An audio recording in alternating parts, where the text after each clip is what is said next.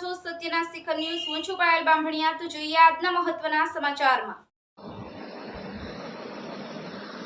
ઊંઝા તાલુકાના વરવાડા ખાતે લોકસભાના ભાજપ ઉમેદવાર હરિભાઈ પટેલ તારીખ 17/4/2024ના રોજ રામજી મંદિર કાર્યક્રમ માટે પધાર્યા હતા।